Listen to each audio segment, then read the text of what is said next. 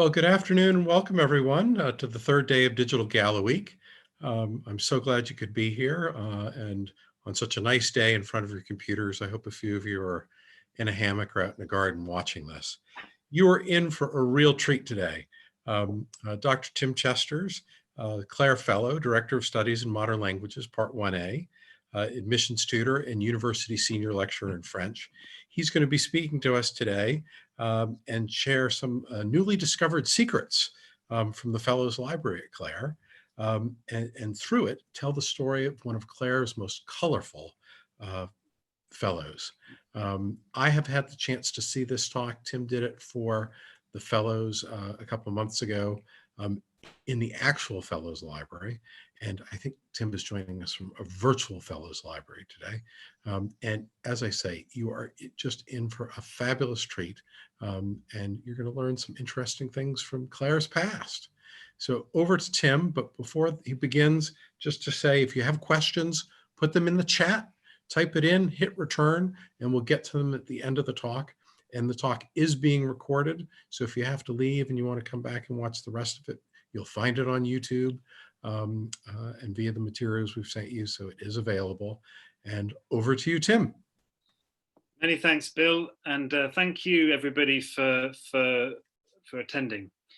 Of course, it's a real pity that we're not currently able to convene in the actual Fellows Library, but if it's any consolation, that would have been a tricky proposition even in normal times.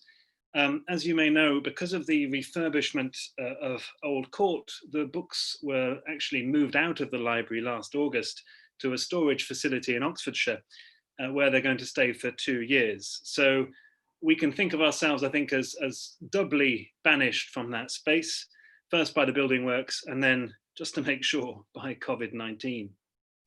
But I hope that as I speak, I'll be able to conjure up something of its magical atmosphere. I've done my best with my virtual background, and also perhaps prompt you to consider how the library might function and look once the books eventually return.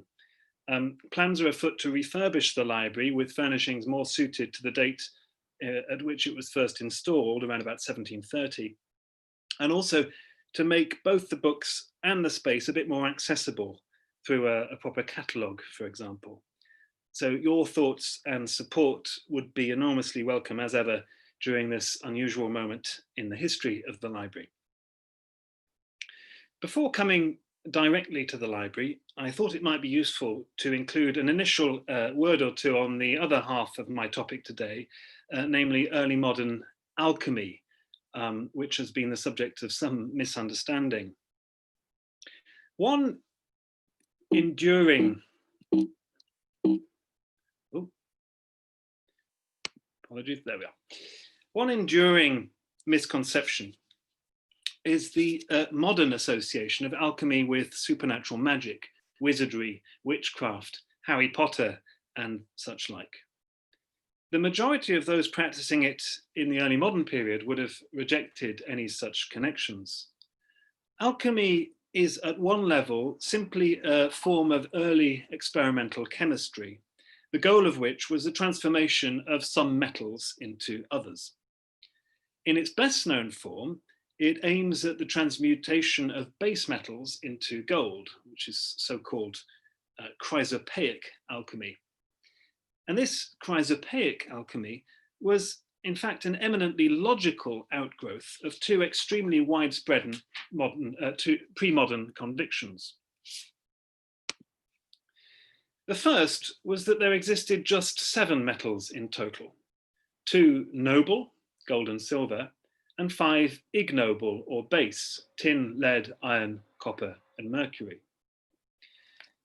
The second conviction was, crucially, that metals were compound substances. We now know them, of course, not to be compounds, but elements. There were disagreements about what these compounds consisted of.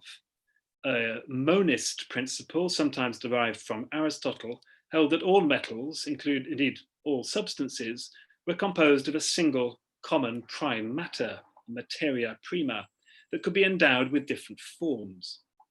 Prevalent in the Islamic Middle Ages was the view that metals were compounds of two substances, mercury and sulfur. Later on, the 16th century German alchemist Paracelsus added another to form his famous tria prima, or three principles, mercury, sulfur, and salt, and so on. The view that metals were compounds was uncontroversial in early modern science and not confined to practicing alchemists. It made a great deal of empirical sense. In mines, metals are rarely found in pure states. For instance, lead ores almost always contain some silver, and silver ores can often contain gold. Early moderns supposed that transmutation was happening naturally, albeit very slowly, as a result of geothermal processes in the bowels of the earth. And from there, it wasn't such a big step to suppose that by altering the proportions and structural arrangements of these compounds, that the alchemist might accelerate in the laboratory the more leisurely transformations already occurring beneath his feet. These were occult processes in the strictly etymological sense that the exact causes at work were hidden from immediate perception. But there were also natural processes in which the alchemist sought to intervene in metallic bodies as a physician might in the bodies of the sick. Indeed, metals were often thought to be like people, conditioned by a delicate balance of temperaments and humors. By expunging impurities, for example, the experimenter could heal metals in much the same way as a doctor could heal patients. And this association between alchemy and medicine will become highly relevant a little later on.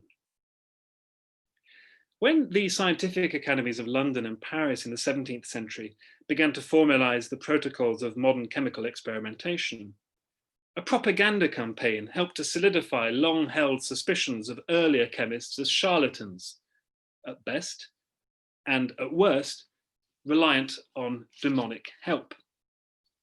This was the moment our modern Harry Potterish image of alchemy was born. Early alchemists often didn't help themselves, of course. Alchemy may not have been a supernatural practice, but it was certainly an initiatic one, in which practitioners were keen to communicate their finds to only a narrow circle of adepts. Hence the use of decknamen, false names, an elaborate and always shifting code in which experiments were often described in deliberately obscure or allegorical forms. The most fundamental of these allegorical systems was, of course, based on planetary symbols, themselves derived from the classical pantheon of the gods, interest in whom Renaissance art and learning had done so much to revive. With that very brief introduction to alchemy out of the way, let me just provide a bit of context for the Clare find.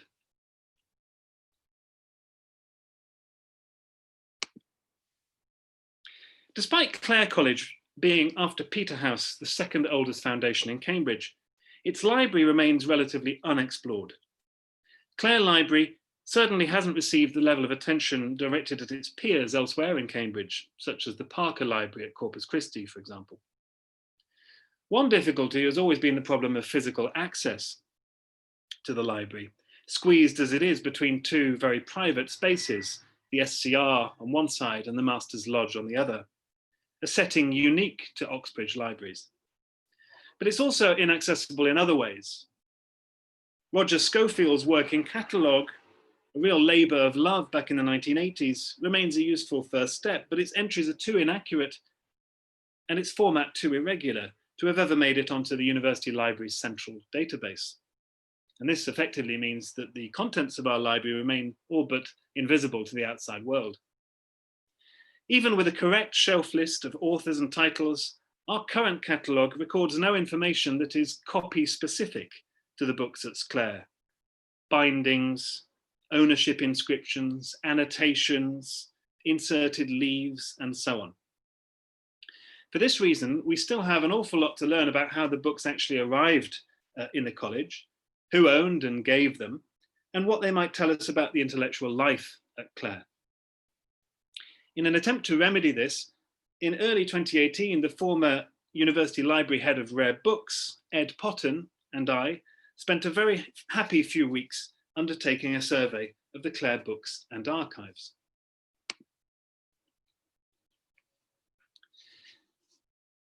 As we all know, Clare was founded in 1326 as University Hall, and there were undoubtedly books associated with the college from its inception.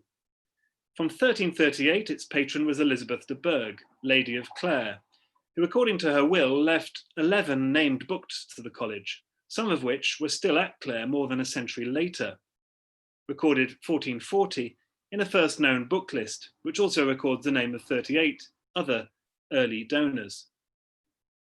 A brief parenthesis here, you can see on your screen here that the loan chest, which stands currently in the gallery leading to the SCR, library holdings at the early date I've been talking about were usually kept in such chests, and it's very likely that this chest served that purpose at one time. According to Chris Pickvance, a specialist in such objects, dendrochronological work on several near identical chests across the East Anglia region suggests a date of around about 1390 to 1410 for our specimen. It may well have originated in Poland, Chris thinks, and entered through a Hanseatic port in the north, such as Hull. End of parenthesis. The early pattern of donorship I've been talking about in the years to 1440 set the pattern for the growth not only of Clare Library, but all Oxbridge College libraries. And this is an important point. By and large, the books in such places, in fellows' libraries, old libraries, and so on, are never were college acquisitions for undergraduate study, the way that the Forbes Mellon Library now is. Instead, they are collections of collections. They are the accumulated legacies of dead dons. At Clare, the library grew in this way considerably over the late 15th and 16th centuries, the age, of course, of the printing revolution. Where exactly this library was and what it would have looked like is uncertain. We know that there was a building called the library by the mid-15th century, as William Wimble de Huyckton, who was master from 1421 to 45, is recorded as having given £3 for the glazing of its windows on its south side. William Wyfleet, who was master 1446 to 1455, continued work on the library, and it was during his mastership that the library appears to have been completed. His gift is the first specifically recorded as being for the library.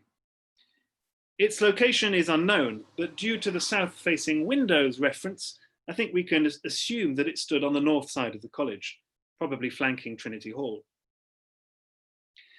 But most of the books on the shelves of the library today arrived in the first quarter of the 17th century, during a period characterized by a previous historian of the library as its Stuart metamorphosis.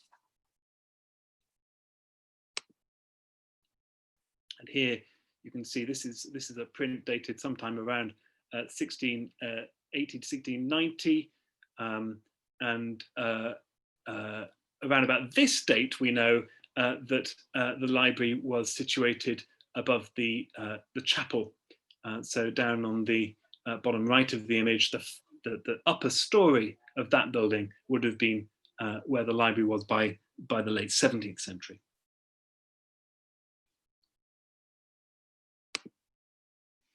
Now, most big early modern donors to college libraries sign their books.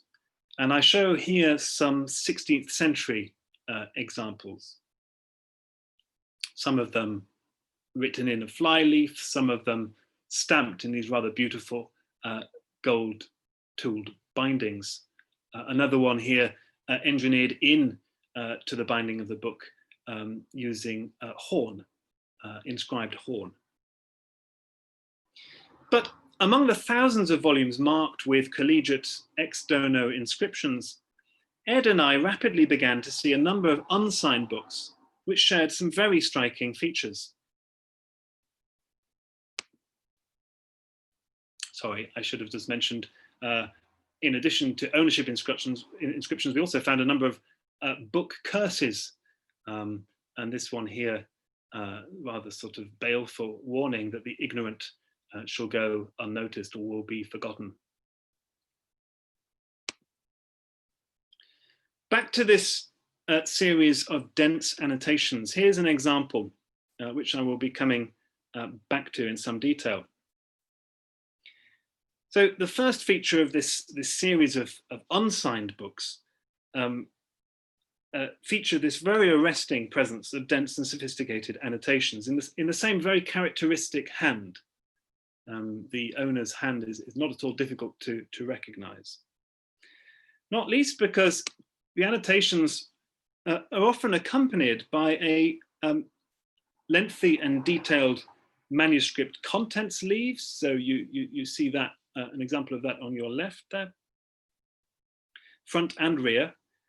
And also a very idiosyncratic cross-referencing system using an array of letters, characteristic maniculi, these little pointing hands, which you can see at the top there in the middle, trefoils, and alchemical and astrological symbols. And you can see in the middle of this image here, there are our 7 metals again with their associated planetary symbols.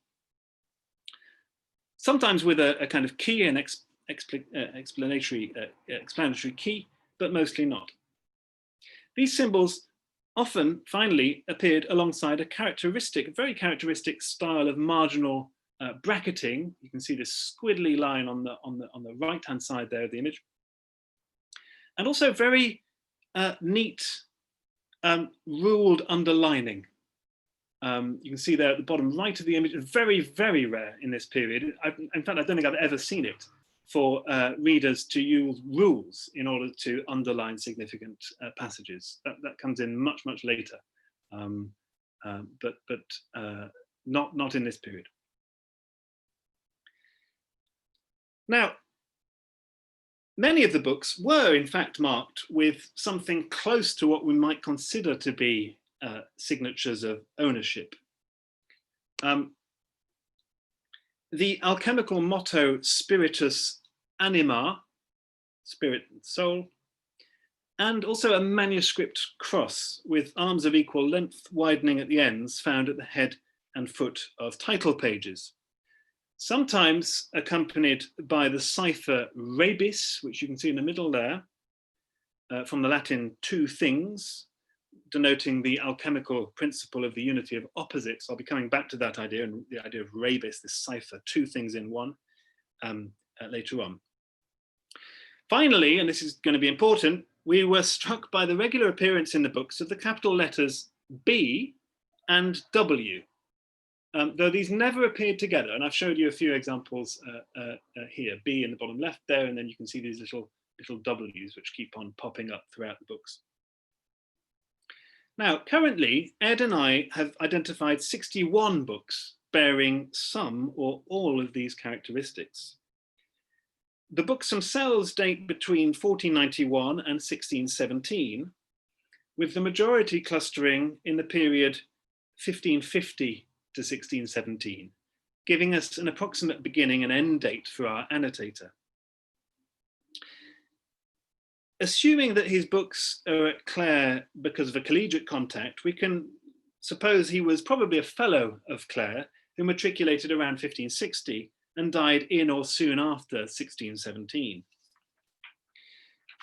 Now, the presence of these 61 interconnected books at Clare would be a neat find in itself, but it's made more significant still by the fact that our annotator, our mystery annotator, has also turned up elsewhere.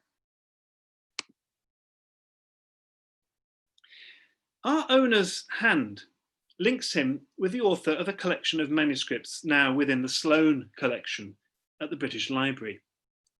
This remarkable series of 34 working notebooks have already been described at length in Anke Timmermans' book, Verse and Transmutation, but their compiler has never been identified.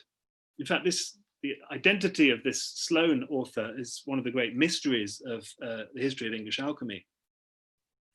Despite some variation in the hand, tidy in some places, a bit scruffier at others, the evidence that we're dealing with the same individual is, in our view, overwhelming.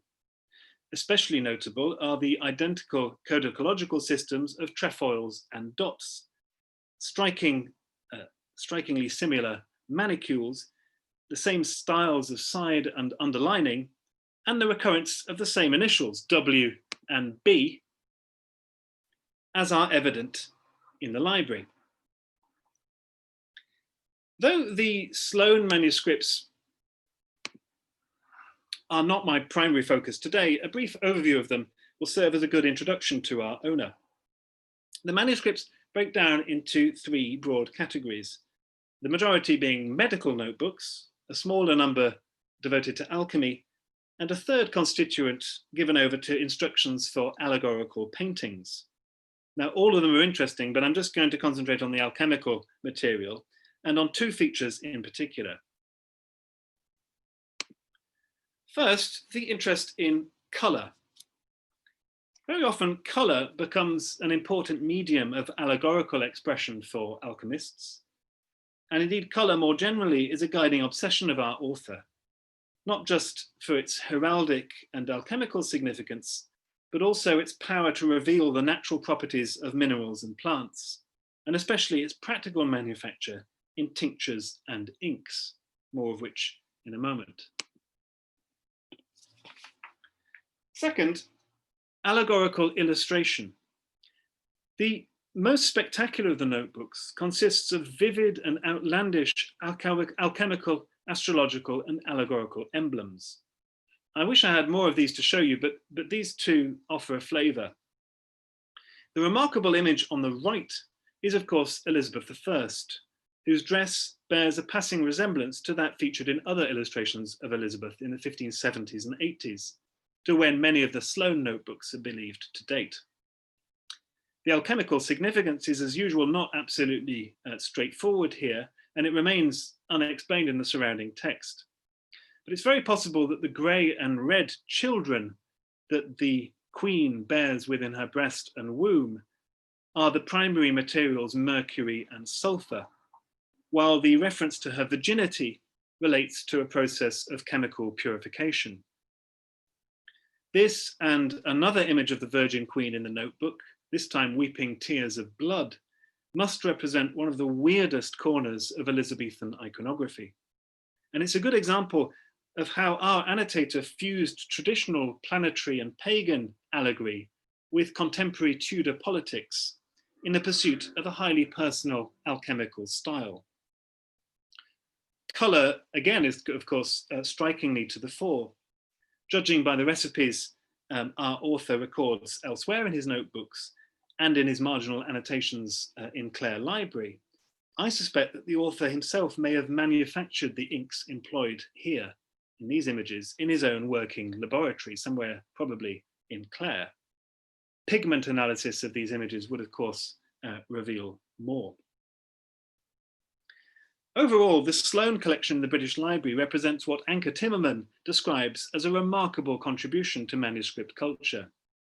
As Timmerman notes, the compiler of the Sloane notebooks was organising and recording knowledge, rather than preparing text for publication, and the texts were wholly personal, not intended for circulation, perhaps explaining their anonymity. Although his identity was unknown to Timmerman, she concludes her study with the following suggestion. It is safe to assume that the Sloane notebook writer was a physician with some academic training, possibly a statesman, active in Southeast England, with established connections to the University of Cambridge in the second half of the 16th century. Back now to Clare College Library. The analysis of the Clare books is at an early stage, but they show that Timmerman was absolutely correct. The notebook writer was clearly a practicing medic with a Cambridge connection. With a handful of exceptions, all of the annotation books Ed and I found, the 61 in this collection, are medical in nature, making his gift the first significant influx of medical books to Clare, a library which by the 18th century would count medicine as one of its strengths. Evidence from the books and annotations suggest a particular interest in obstetrics and women's medicine. A work called the Praelectiones Pisanae bears extensive annotations to the section on reproduction, whilst books like De Castro's On Universal's Women's Medicine from 1604 deal with all aspects of conception, gestation, and childbirth. This gynecological interest may itself be of alchemical significance, since alchemy took a number of its most recurrent metaphors from the domain of human reproduction. For example, metals are seeded.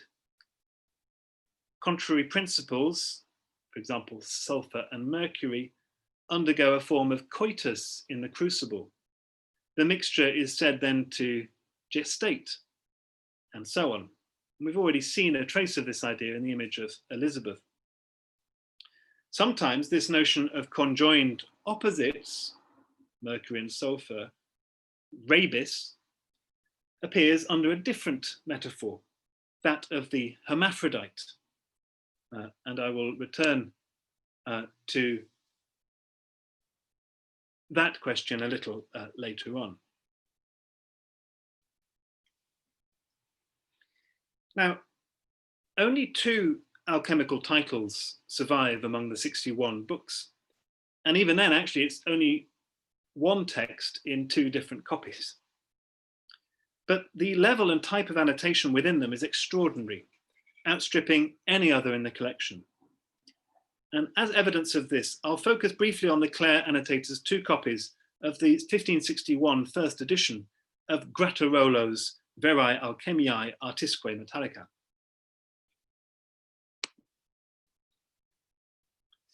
The first copy is an extract of volume 1 of that text, a page from which I've already shown. It's so densely annotated in Latin and English that the margins are black, every spare space filled.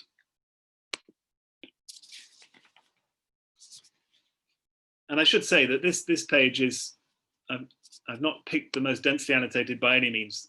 This is completely characteristic of the book and the annotations as a whole. This is also the only book in the collection to bear a date, the 27th of June 1601, in an annotation which neatly summarizes the interaction between owner and text found throughout. Here, in this little record on the flyleaf, we see recorded an experiment undertaken in the owner's own workshop, possibly in the manufacture of yellow-coloured dye. So, Anno Domini 1601, 27th of June, I did put this is slightly obscure, alchemium, which weighed a certain number of ounces, 2 ounces of our aquavitae, which turned the body to a dark green and yellow. I poured into the body 3 ounces of our aquavitae, etc., etc. Just one little note here, something to point out, is the word our. The alchemist seems to have company, seems to not be working entirely alone, unless this is the royal we, of course. But this experiment seems to imply the presence of another person. I'll come back to this possibility a bit later on. So there is ample evidence throughout of our annotator's working technique. The text is read, annotated, experiments such as this one are tried, notes are made, unsuccessful experiments are crossed through, and then further layers of annotation are added. Elsewhere, there are extensive marginal cross-references to other writers drawn upon by the annotator, and to books and manuscripts from an extended library, many of which are not now on the shelves at Clare, and may have belonged, I suppose, to friends and associates. Now that we're able to put the Sloane notebooks of the British Library alongside the Clare books, we can see an unusually thorough example of this cross-referencing system in action, something which allows us partly to reconstruct our owner's alchemical interests. And I'll try to illustrate this very briefly in relation to Grattarolo's text. Although our research is at an early stage, it's already clear that the annotator subscribed to a particular practical approach, one that the historian of alchemy, Jenny Rampling, has termed Sericonian alchemy. This approach was popularized by the English alchemist George Ripley in the 1470s and proved exceptionally influential among English practitioners throughout the 16th century. It's based on the use of a base metal termed sericon or adrop, which probably denoted some kind of lead compound such as red lead, now known as minium.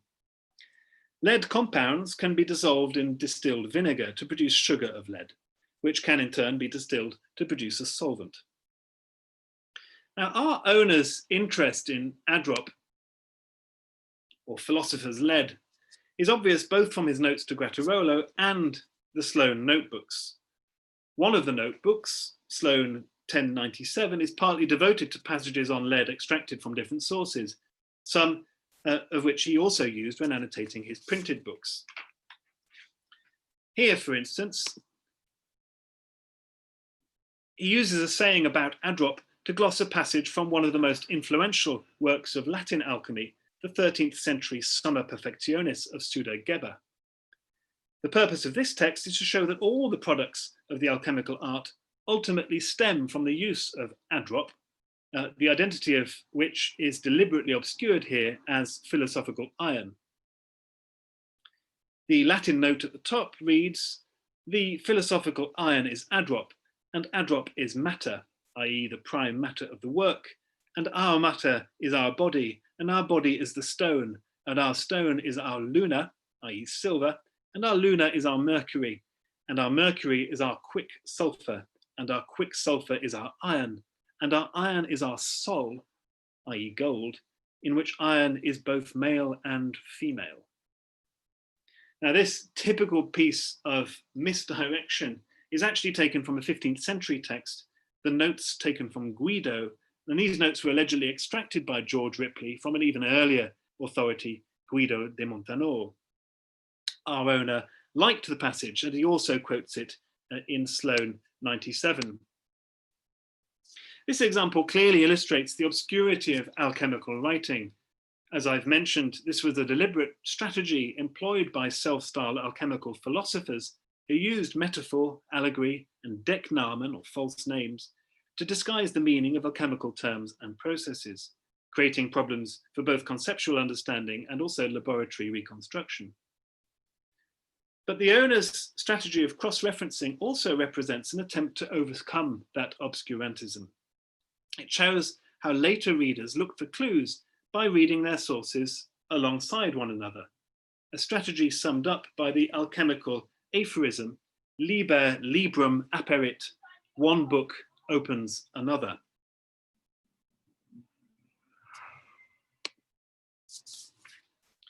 A second copy of the same Grattarolo edition, this time the full text, is equally intriguing.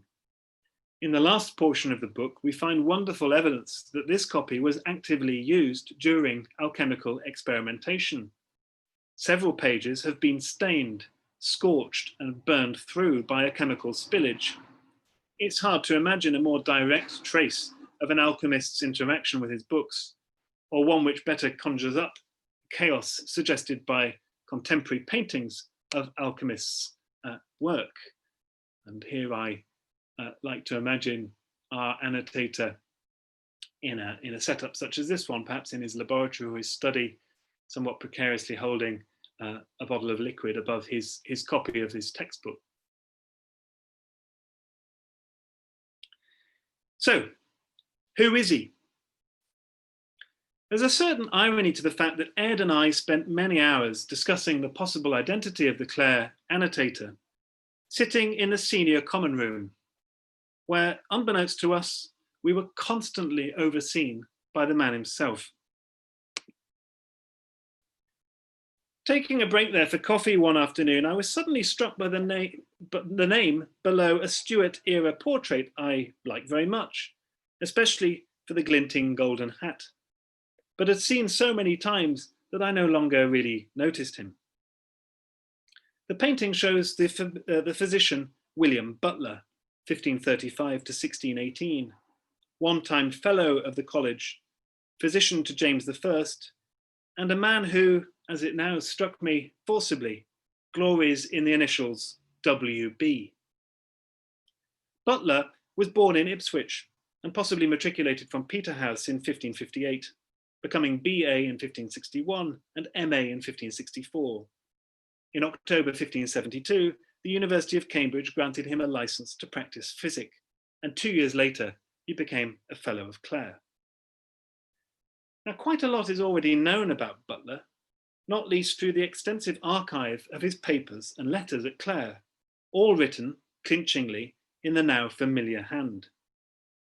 He is an extremely peculiar and appealing character, whose career and activities represent well the changing role of chemistry in pharmacy and medicine between Galen and Paracelsus.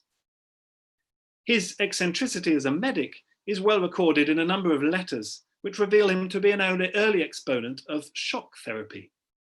One letter relates, for example, how he had recently revived a parson who had overdosed on opium by placing him in the belly of a freshly slaughtered cow. Another reports how he cured a man grievously tormented with the ague by having him thrown out of a 4th-story window, falling 20 feet into the Thames.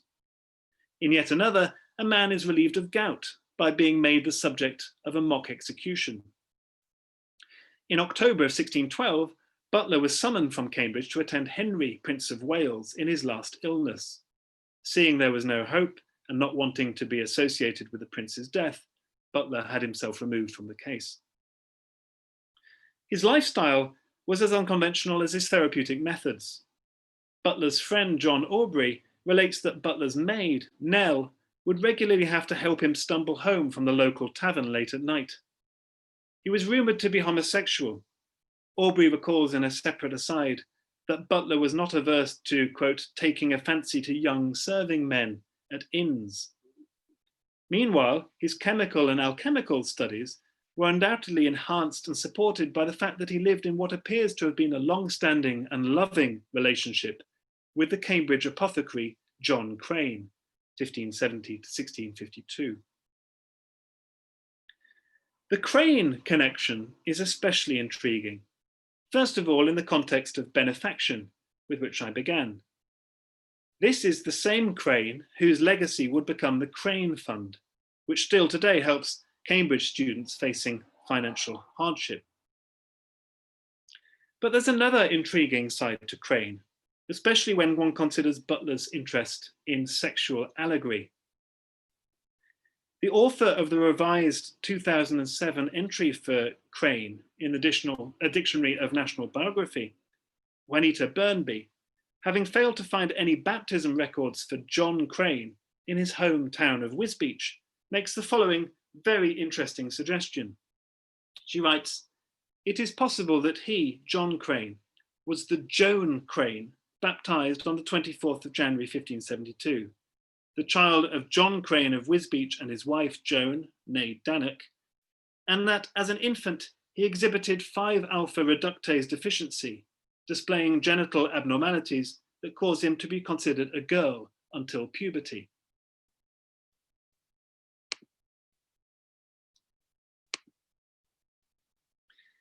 Just this afternoon, or rather, sorry, I should have edited that out. This was my previous version of the course. In late February, a photograph came through from the Wisbech and Fenland Museum confirming Burnby's claim. The baptismal record for January 1572 clearly shows Johanna Crane, filia Johannis. And there you can see it in a little bit more detail. Johanna Crane, filia Johannis. Now, whether or not this is certainly the John Crane is still to be established beyond doubt, though the dates and the place certainly match up. I've also myself done a little bit more research in the archive on Crane's siblings. All the dates match up. This seems to me fairly compelling.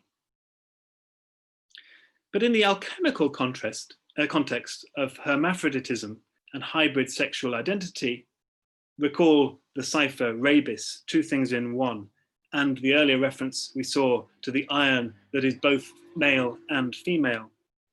In this alchemical context of hermaphroditism, it's certainly a very intriguing possibility. It gestures perhaps to a very human secret, wrapped up in a chemical one. What is more certainly established is that Crane was Butler's executor and the beneficiary of his estate, and it was he who raised the superb monument to Butler in Great St. Mary's Church, where he's depicted with his left hand resting on a skull, in his right, appropriately writing in his book. What part, if any, Crane played in another monument, perhaps more fitting for Butler, is not yet recorded. This is ye olde Dr. Butler's Head, a pub in Mason Street near Guildhall in East London, is named after him, as is a potent ale called Dr. Butler's.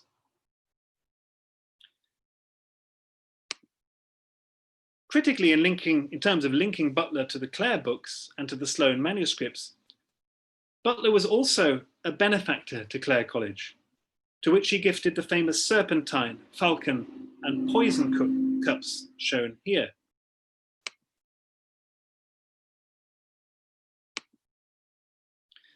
Perhaps appropriately for an alchemist, his most substantial gift was that of £260 for the purchase of a gold communion cup, the largest pure gold vessel anywhere in England at this time.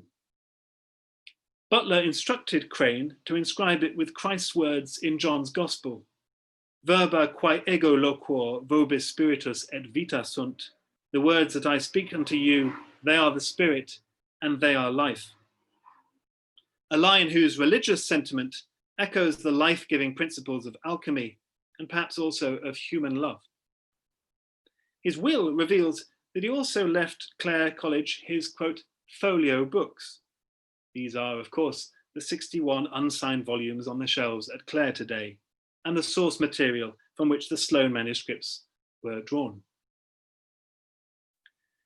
The piecing together of the Butler jigsaw is not yet complete, but I'm struck by the size of the opportunity. Here is a rich, eccentric, but serious scholarly and practical career for which evidence already existed in a rich variety of forms: contemporary testimonies, an archive of papers and letters, a painting, rare silver, a monument. To these, we can now add the 61 books and 34 notebooks, full of colour and of life, but not yet close to giving up all of their secrets. Thank you very much. Thank you, Tim. That was magnificent, a treat to see again. And one of the things that we need to do is, as for Clare alumni, is get together in London at that pub sometime soon. Absolutely. And we need to drink to Dr. Butler, because it is an exceptional legacy of generosity. The painting, the objects he left us, the papers, and the fact that you've been able to piece together the puzzle that was very much sort of there in front of us. It was all there, but it took you and Ed to do some sleuthing to put it together, and it's just extraordinary. I welcome questions in the chat, and we'll look at that. And we'll feed those to Tim. An early question was just defining some terms. Early modern, that change from Middle Ages to modern period. How are you defining it in your research and looking at this? Oh, okay. Well, this is a term that came into use, kind of scholarly use, when the word Renaissance fell out of fashion sometime in the 1990s. Not quite sure why the word Renaissance was no longer serviceable. I liked using it at the time, and I still like using it now. Depends on which country you're talking about. So in France, early modernity really begins in about 1520 with the sort of beginning of the 16th century, and ends with the French Revolution in 1789. So if you're an early modernist in academic terms, then you study the period between 1520 and 1789. In England, I would say it stretches from about 1550 to sort of middle of the 18th century. I think those people call themselves early modernists. Of course, it implies an already fairly settled view of what modernity is, and then early modernity is the sort of bit that led up to or prepared it. There are some problems with that as well, but that's the term we're used to using. Very good. Catherine also asks, what other secrets are you intrigued by in the library? What's your next thing that you want to unpick? Okay. So on my list of things to do is to prepare another talk, and I don't want to give too much away about it, but a very, very, very weird drawing fell out of an 18th century Indian book of birds while we were looking through the library. And it featured what seems to be a representation of wild men in a forest. My hunch is actually that this document is the original of a document which came to be quite well known in England in the 1760s and 1770s, and was known to the Philosophical Society, or Philosophical Transactions as well, Society, I should say. And I think it's quite an important document in the history of human evolution. If we really do have the original of that document at Clare, that is quite a find. I need to do a little bit more sleuthing to find out exactly what this painting is, but I'm looking forward to sharing it with people and also asking people who know an awful lot more than I do about the history of evolutionary thought, sort of pre-Darwinian classification of primates and man than I do. Ask for advice and input from you. So very good. So another question that came up, Elizabeth asks, are there digital scans of these books? They're a fabulous treasure trove. And what I can tell you, Elizabeth, is that there are some books that are being digitized through a grant from the Leventis Foundation. That project is happening now, and they will be on the university's digital collection. There is a little bit that's already been digitized, Tim, if I recall correctly. There's one early bit that you were involved in. Am I remembering correctly? So when it comes to the Butler papers, I'm not sure how far they got with the digitization. They were certainly with the UL, who were in the process of digitizing them when the outbreak happened. So all his archival papers will be digitally available very soon. As I said, the books themselves, we kept a couple back, not specifically for digitization, but for the purposes of talks like these. Most of the books are in this storage facility in Oxfordshire and won't be digitized anytime soon. But no, certainly the text I showed you is ripe for digitization. And yeah, I mean, obviously it's a big project for somebody, possibly not me, because I'm not really a historian of alchemy, to put that text alongside the Sloane notebooks and make it a fully searchable, workable digital project. When the Clare objects are included in the Cambridge Digital Library, we will be sure to share that information. And so that's something I need to check in with Simon Franklin, who's now the librarian for the Fellows Library, King John Guy. And when that happens, we will let everybody know so that they can go take a look at the treasures for themselves. Bill Smith asks, fascinating talk, Tim. Thanks a lot. I was just wondering if the images of Elizabeth could have a recusant flavor.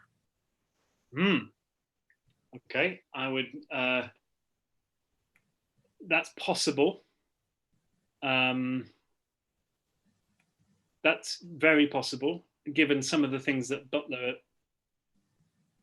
writes, both in the Sloane notebooks and in some of the archival materials, some of the letters. More striking to me is the allegorical symbolism. I think Butler wasn't absolutely unique in using the body of the Virgin Queen as a metaphor for process of purification. And I think what's happening there is that mercury and sulfur is being purified in the crucible. And that strikes me as the most salient reading, although there might be, and that doesn't rule out others, of course. So a question, describe the relationship at one time between philosophy and alchemy and that type of thing. Okay, so I began by trying, in a sense, to sort of not recenter alchemy, not to place it at the center of pre-modern philosophical or scientific experimentation, but at least not to just sort of discard it as completely marginal or crankish. Alchemy, as I've explained, grows out of, is an outgrowth of actually what is a fairly logical view of natural history, and particularly the what was known of geology and natural subterranean processes in pre-modernity. And it also ties up very, very closely with medical theories I was talking about, this idea that that substances, all substances, and including the human substance, is a composite of matter that can be interfered with, that can be adjusted in particular types of proportion. If you have that view of the human body, so that's a medical or natural historical view, if that is your philosophy, as it were, and that would come under natural history or natural philosophy, then it's not actually that great a step to think that alchemical transmutation might be possible. As I said, the problem arose as soon as as soon as chemistry started to be formalized, and in particular types of kind of repeatable, replicable chemical experimentation came to be formalized in places like the Royal Society in England and the Académie in Paris. Then immediately alchemy and its kind of deliberate obscurity became the target of some pretty concerted kind of propaganda campaigns. And at that point, serious scientific or philosophical pursuit branches off. And that's where we remain to this day. But the two are much more closely linked through Galenic medicine and geology in the ancient world, in which alchemy didn't really stand in contradiction. So Ed asks, can you give a sense of the scale of the books and the annotations? I guess what that means, what are they like as objects? Okay, so the scale of the books, they're all folio books, they're large format books, which raises a question in parenthesis of where the small books went. We don't know. I think they must still exist. They're probably scattered around Cambridge libraries in small format or were sold on the secondhand book market. But these are all large format books. So we're always talking about, I don't know if I can represent this here or this will be the scale, but they're at least the size of an A4 page. There are 61 of them, I said. They're all annotated. Not all of them are annotated in the depth that the alchemical works are. And as I said, there aren't very many of those. There are only a handful. The medical works are annotated patchily. So, as I said, that he seems to be particularly drawn to passages on women's medicine and reproductive medicine. Otherwise, some are densely annotated and some are very, very sparsely annotated, but all of them feature some kind of mark, and this is why we've been able to group them together into this sequence. The real task now is to put all of them together with the Sloane notebooks. So it was very common in this period. This is really how one learned, right? One had one's library, and then one undertook a process of excerpting, what was called commonplacing, where one creates a series of kind of headings or places, as they were called, topics, and out of one's library, one groups together certain themes. Now, this is what the Sloane notebooks are. They're commonplace books, and now we have the source library to go along with them. So what we really need to do is put together these large format books and these tiny notebooks and work out how they link up. Interesting. Julian asks, do we have any idea where Butler might have been with playing with his chemicals and having a furnace in a laboratory? Was this in a set somewhere, violating all sorts of health and safety rules at Clare, somewhere else, Cambridge, or at a home somewhere else? Do we know where he inhabited? Yeah, we do. So for a certain portion of his life, he lived in what is now the Cambridge University bookshop. He lived on that site just next to Great St Mary's, where of course his monument now is. Then at a certain point, probably around about 1600, he moved into an habitation which we think is on what is now Senate House Passage. So where Senate House now is, that was formerly a row of residential houses.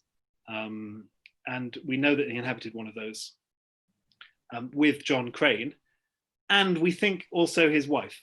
So there was with Crane's wife, that is. So there was a sort of odd ménage à trois sort of arrangement there, which I won't go into any further.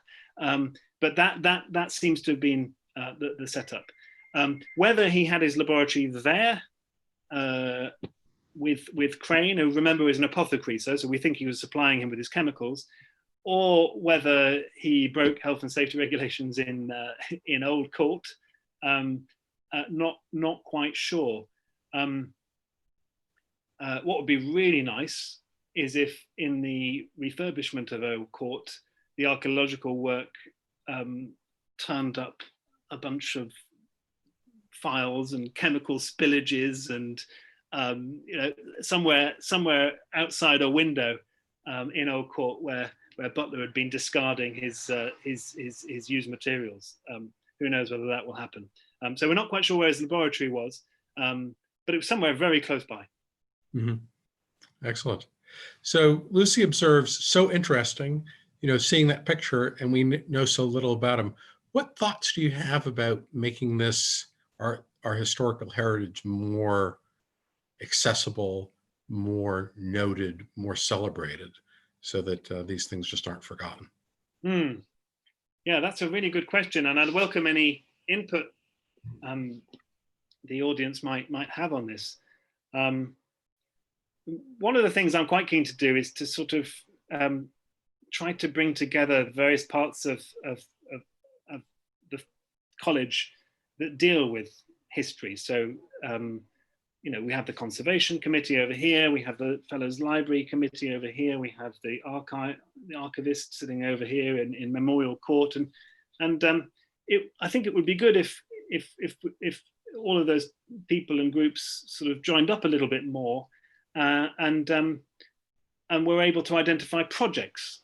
It might be Butler, it might be, I don't know, the paneling at the bottom of F staircase in the old Domus room.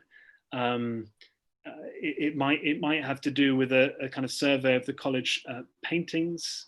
It might be architectural, but I would be keen to try and join up some of the activities so that they begin to talk to each other a little bit more. As I tried to demonstrate with this talk, I mean, what was nice about the talk is that I was able to bring together a painting and the college silver and the fellows library into one space, and I think lots of our history does join up in this way. It's just we need to try and learn to see the connections a bit more. Then, having seen those connections, I think this sort of forum is a nice forum in which to do it. I think we could do more on our website. There's an opportunity to contribute to the Clare alumni magazine. But what I'd really like to do, I'd like to ring up some of John Guy's famous filmmaking friends and make William Butler the film. I think that would be the best way of getting Clare out there and on the map. Is go straight for Hollywood. Excellent. So here's an interesting question. Would Latimer and Butler had a connection? Was there an overlap in their time? And what would Latimer have thought of alchemy? I don't think Latimer would have been very impressed by Butler, and I think from memory, Latimer's probably a bit early. Yeah. I think he sadly met his maker, didn't he, under the reign of Mary I in the 1550s, when Butler was just getting going. I think Butler would have been a bit too young to have encountered Latimer, though I'm sure he would have been, his memory would have been known to Butler. Mm. One thing, of course, we have Claire's 700th coming up in a couple of years, and I think we do need to think about what sort of look back we're going to do, what sort of history we're going to celebrate. 2 or 3 times a year, people offer us in their family collection, or they find it in a bookshop, the very big 2-volume set by Manny Forbes. We've got a lot of those, so we're all set for those. So if you get it, acquire it, look at the history. But I think we need to do something else in the lead up to that, and I'm sure we will. And so we've been talking to a few people about that already. So look out for that.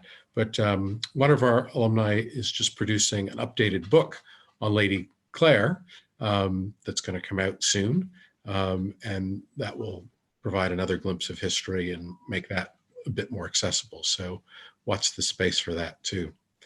I don't see any more questions, Tim, but I thought we were talking just beforehand, and you were saying it's the end of marking season, and I said, "How is it going?" And you had a great answer. How's the marking going?